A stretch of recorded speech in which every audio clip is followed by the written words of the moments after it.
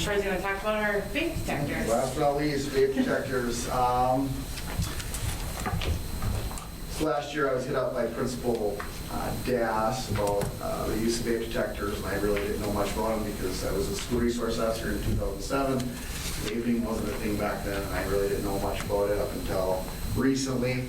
I did some research into it. I was like, it seems like it's probably a good idea. And it was, principals kind of wanted to go forward with that. Coalition was made with middle school, high school, trying to keep everybody involved, and it was, how do we pay for this? And I really went to GRIP, Rapids Rising.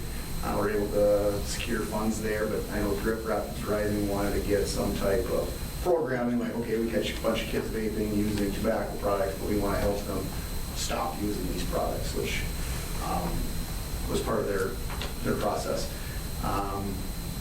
Right now, the vapes or the detectors have been ordered. We're at the mercy of electricians to put them in.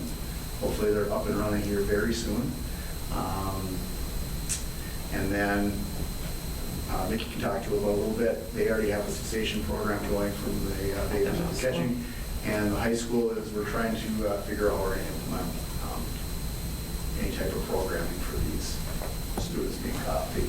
Ours is up and running at the middle school, and it's when I talked to Mr. Holzman runs that, it seems like it's going pretty well for these.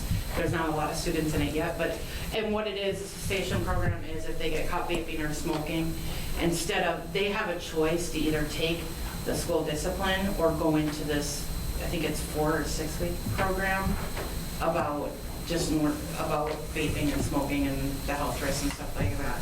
So we have had students choose to take that already, so that's good.